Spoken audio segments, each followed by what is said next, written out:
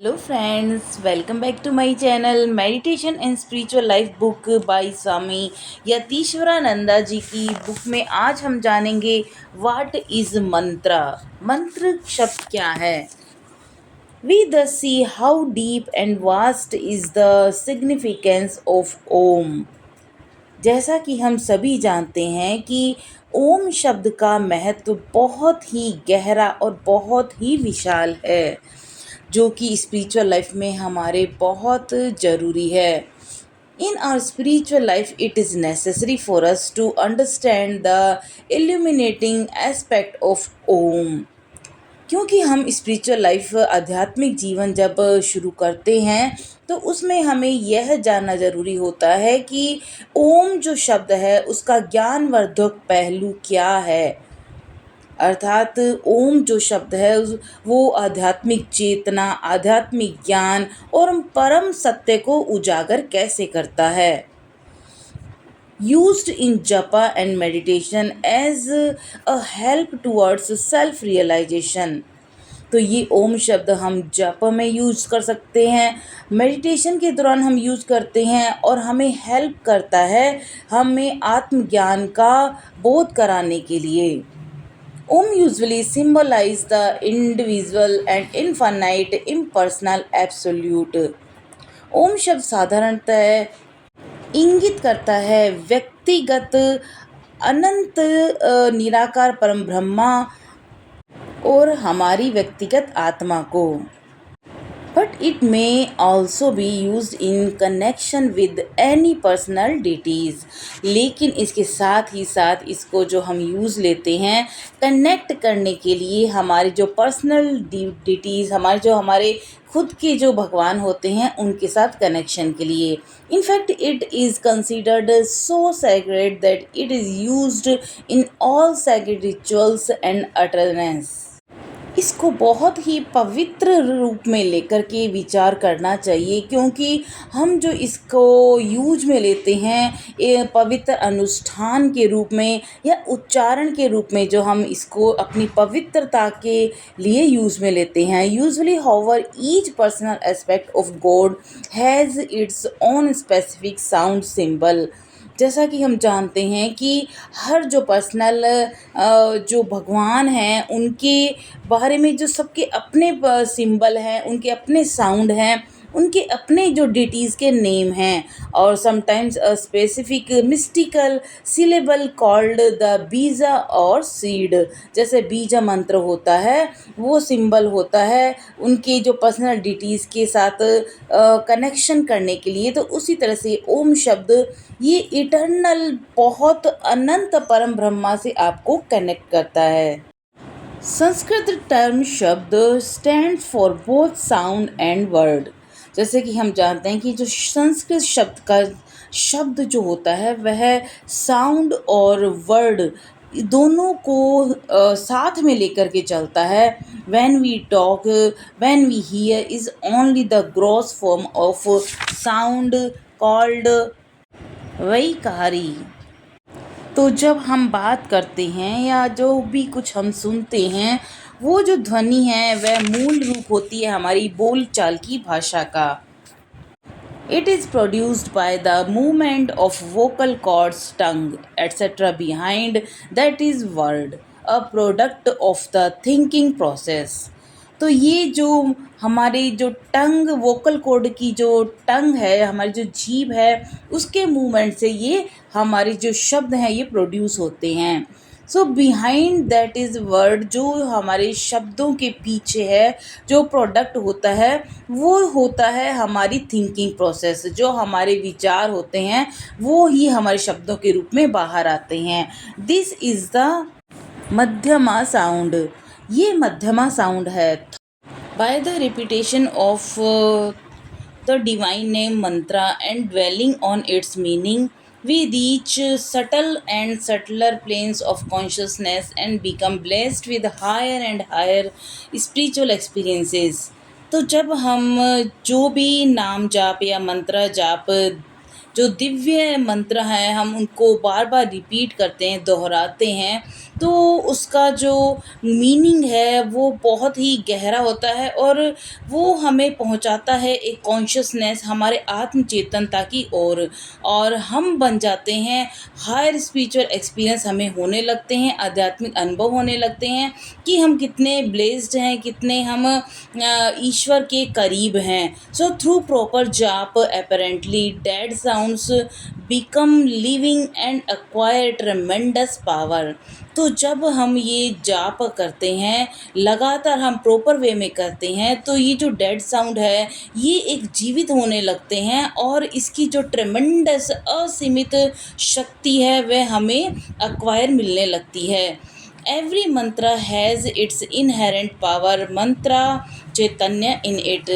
क्योंकि हर मंत्र की अपनी चैतन्य पावर होती है, तो ये इसके अंदर ही निहित होती है। So when spiritually advanced soul repeats the mantra, कोई भी जो स्पिरिचुअली एडवांस आत्मा जब इस मंत्र को बार बार रिपीट करती है, so it become charged with its power and become living. तो वह इसकी पावर से खुद को बहुत ही चार्ज्ड महसूस करता है और ये लिविंग यानी एक जीवित हो उठता है ये मंत्र।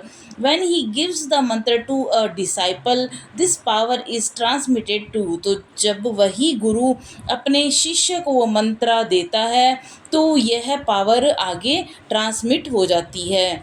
The power of the mantra can be realized only by those who practice spiritual disciplines systematically and lead pure lives. तो ये जो पावर है मंत्र की, ये सिर्फ वही लोग रियलाइज़ कर सकते हैं, वही लोग अनुभव कर सकते हैं जो स्पिरिचुअल प्रैक्टिस कर रहे हैं, पूरी डिसिप्लिन के साथ, पूरे अनुशासन के साथ, बहुत ही सिस्टमेटिकली कर रहे हैं। फिर जाकर वह इसकी जो प्योरिटी है उसको अच्छे से समझ पाते हैं और उसको पा पाते हैं। Mantras are of various type. One of the most ancient and famous mantras is the Gayatri mantra. Namah Shivaya is the best known mantra of Shiva. Namo Narayana is a well known mantra of Vishnu. Hare Rama, Hare Krishna, etc. And Sri Rama Jaya, Jai Jai Rama, and chanted by millions of Hindus। तो ये जो कुछ मंत्र हैं, जैसे गायत्री मंत्र है, ओम नमः शिवाय है, और नमो नारायण विष्णु भगवान का मंत्र है, हरे रामा हरे कृष्णा ये मंत्र है, ये सभी करोड़ों करोड़ों हिंदूज़ के द्वारा ये चैंट किए जाते हैं। And all these are associated with the lives and experiences of countless saints. और ये सारे के सारे ये मंत्र हैं, ये जुड़े हुए होते हैं साधु के उसके एक्सपीरियंस के थ्रू, उसकी ज़िंदगी से बहुत ही जुड़ाव होता है उनका। सो ईच मंत्र when repeated properly rouses in the aspirant a particular set of vibration which ultimately reveals the devata and meditated on। तो जब भी कोई साधु या एस्पिरेंट जो भी स्पिरिचुअल लाइफ अपनी ज़िंदगी जी रहा है, तो वह आध्यात्मिक व्यक्ति जब इस मंत्र को बार बार चैंट करता है और प्रॉपर वे में चैंट करता है, तो इसकी जो वाइब्रेशन है वह उसको इसके द्वारा वह अपने देवताओं को भी वो पा लेता है, वह अपनी डिटीज़ को भी रिवील कर लेता है, और अंततः ही वह उस परमपिता परमात्मा से पूरी तरह से कनेक्ट हो जाता है। So in the tantric tradition mantras are not made public.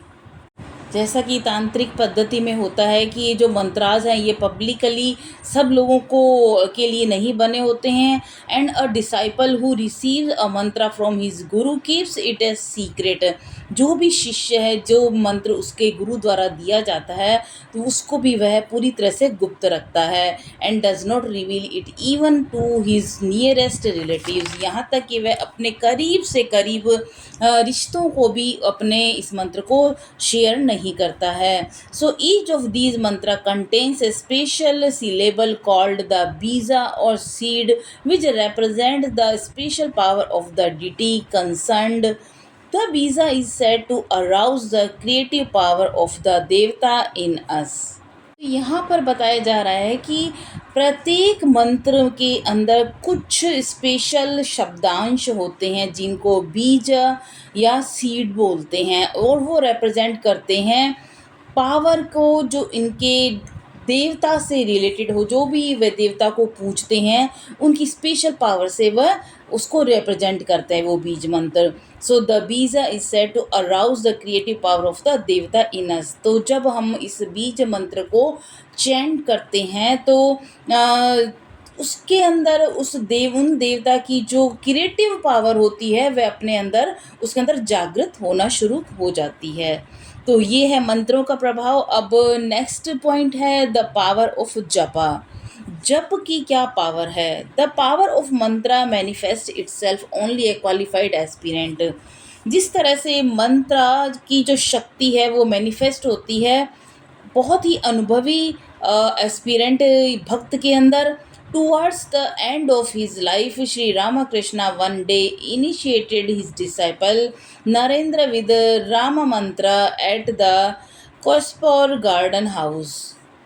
अपने जीवन के अंतिम दिनों में श्री रामकृष्णा जी ने नरेंद्र के साथ राम मंत्र को जो उनके शिष्य थे वो उनके साथ शेयर किया. और this produce a remarkable change in Naren who was by nature endowed with great power of self control.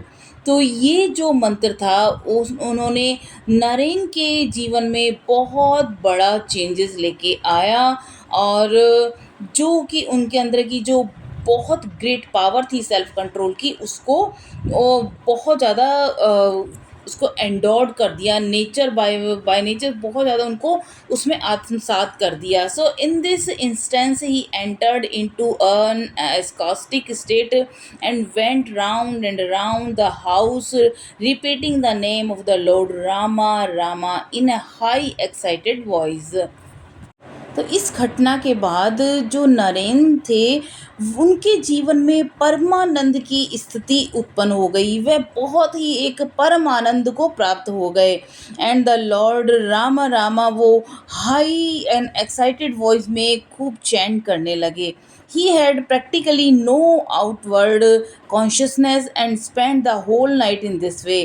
तो शुरुआत में तो उनको ये आउटवर्डली कोई कॉन्शियसनेस नहीं था, लेकिन वह सारी रात इसको इसी तरह से रामा रामा चांट करते रहे. When the master was informed of this he only said let him be, he will come round in due course. Naren came round after some hours. तो जब उनके गुरु श्री रामकृष्णा को ये इन्फॉर्म किया गया तो उन्होंने कहा कि उसे ये कर लेने दो. तो वह एक दिन उस पथ पर स्वयं ही आ जाएगा. And Naren came round after some hours. उसके बाद कुछ घंटे बाद नरेन आए उनके पास. Every word is the expression of some idea or desire that arises in us. तो हमारे जो प्रत्येक शब्द हैं ये हमारे इच्छा के, हमारे विचारों के अनुभव जो एक्सप्रेशन हैं जो हमारे अंदर उठ रहे हैं वह शब्द होते हैं. So mantras stand for the spiritual urges of man. तो ये जो मंत्रा होते हैं, जितने भी मंत्र हैं, ये प्रत्येक व्यक्ति के स्पिरिचुअल अर्ज जो उनकी इच्छा है आध्यात्मिकता के प्रति वो उसके लिए स्टैंड करते हैं. So just as an ordinary word when heard or uttered can arouse a certain idea or desire in us. तो जब कोई भी साधारण शब्द जो हम सुनते हैं या उच्चारित करते हैं तो वह हमारे अंदर उसी के अनुसार ही हमारे विचार या इच्छा को उत्पन्न करते हैं. So also the mantras can arouse in us or talent और लेटेंट स्पिरिचुअल टेंडेंसीज. तो जब हम कोई मंत्र हमारे जो गुरु द्वारा दिया जाता है तब उसको हम चैंट करते हैं तो हमारे अंदर जो स्पिरिचुअल टेंडेंसीज हैं वह अराउज वह जागृत होने लगती हैं. So the purpose of japa is to awaken the forgotten spiritual tendencies in man. तो ये जो जप का उद्देश्य यही है कि हर मनुष्य के अंदर स्पिरिचुअल टेंडेंसी होती है, आध्यात्मिक एक जागृति जो है उसके अंदर प्रवृत्ति होती है आध्यात्मिकता की. लेकिन जब वह भूल जाता है तो इस जपा इन मंत्र जपा के थ्रू वह उसको वापस याद आने लगता है। So every aspirant must have a chosen deity called his ishta devata, a particular mantra and a definite center of consciousness। तो हर जो एस्पिरेंट जो भी भक्त है उसको अपना एक जो भी इष्ट देवता है उसको चुनना चाहिए और पर्टिकुलर मंत्र उसको करना चाहिए, तो जिससे कि उसके अंदर भीतर की जो असीमित चेतनता है वह जागृत होगी। He must hold on it to his centre of consciousness at all time. तो यह उसके हर समय यह उसके कॉन्शियसनेस में रहनी चाहिए कि वह उसको पकड़ के रहे। सो जपा और the reputation of the divine name can be done in different ways. ये अलग अलग तरह से भी किया जा सकता है।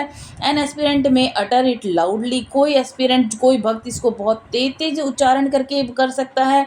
At least loud enough for him to hear, या इतना तो वह तेज बोले कि उसको ही सिर्फ सुनाई दे।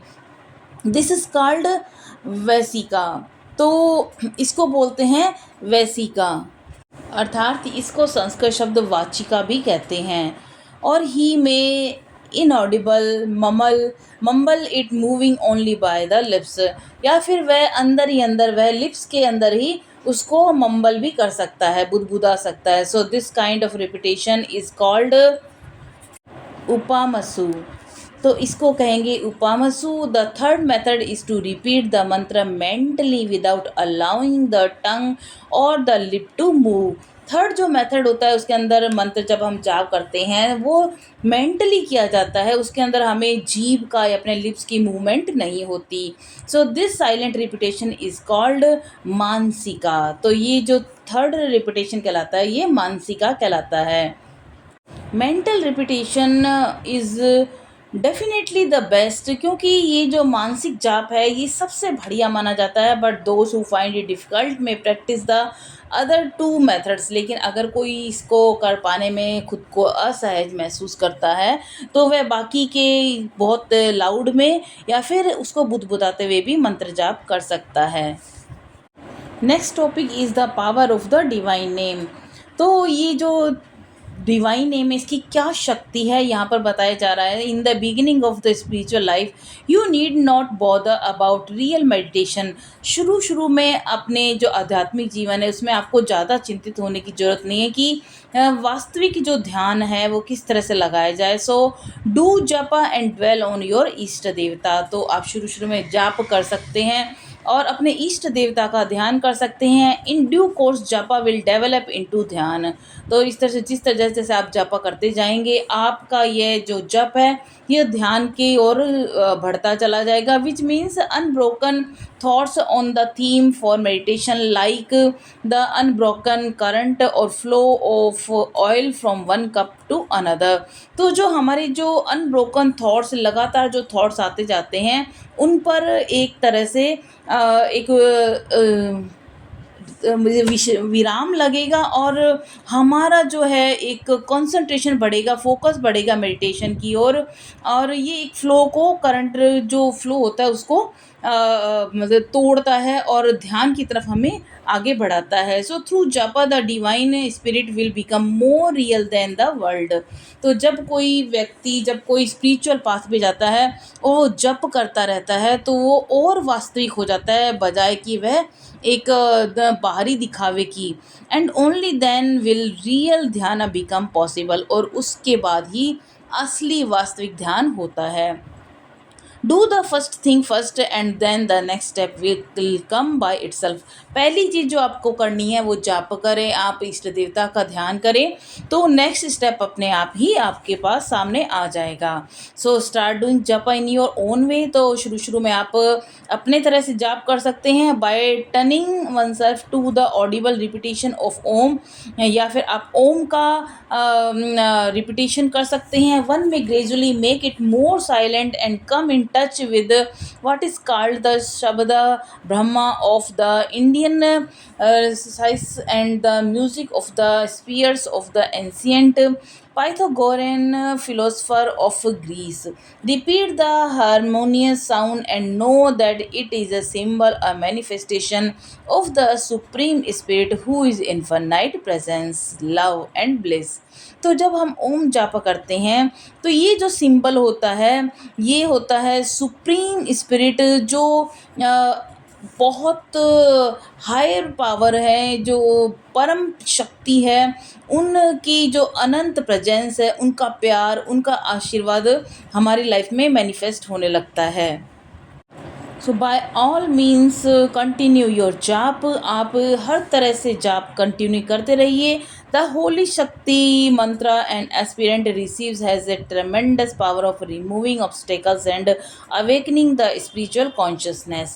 इस तरह से जो भक्त है उसको असीमित पावर मिलनी शुरू हो जाती है और उसके बीच रास्ते में जो भी ऑब्स्टेकल्स आते हैं, बाधाएं आती हैं, वह उसके स्पिरिचुअल पाथ से, उसके अब कॉन्शियसनेस से जागृत होते ही अपने आप ही रिमूव होना शुरू हो जाती हैं। So this really is the power of the divine mother of the universe. तो यही एक सच्ची पावर है, हमारे ब्रह्मांड की एक डिवाइन पावर है।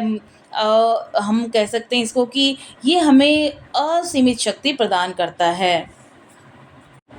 As we become purer and purer in body and mind, in thought, word and deed, we will be able to have greater and greater concentration and better meditation. तो जब हम पूरी तरह से प्योर होते जाते हैं और पवित्र होते जाते हैं, बॉडी के थ्रू, हमारे माइंड के थ्रू, हमारे विचारों से, हमारे शब्दों से, हमारे कर्म से, तो जितना हम पवित्र होते जाएंगे तो हम उतना ही एबल हो सकेंगे कंसंट्रेट करने में, मेडिटेशन करने में। And then in course of time we can come in touch with the divine in both is personal and impersonal aspect. तो इस तरह से हम टच में आ जाते हैं धीरे धीरे, ग्रेजुअली हमारे जब परम पिता परमात्मा के टच में आ जाते हैं और हमें उसकी अनुभूति होनी शुरू हो जाती है। May the divine name bring peace and blessedness to all. तो ये जो दिव्य नाम है वह सभी की जिंदगी में खूब आशीर्वाद, भरपूर शांति लेकर के आए। तो आज के लिए इतना ही। कल हम नेक्स्ट चैप्टर लेंगे 25th फॉर्मलेस मेडिटेशन। मिलते हैं कल, तब तक के लिए नमस्कार।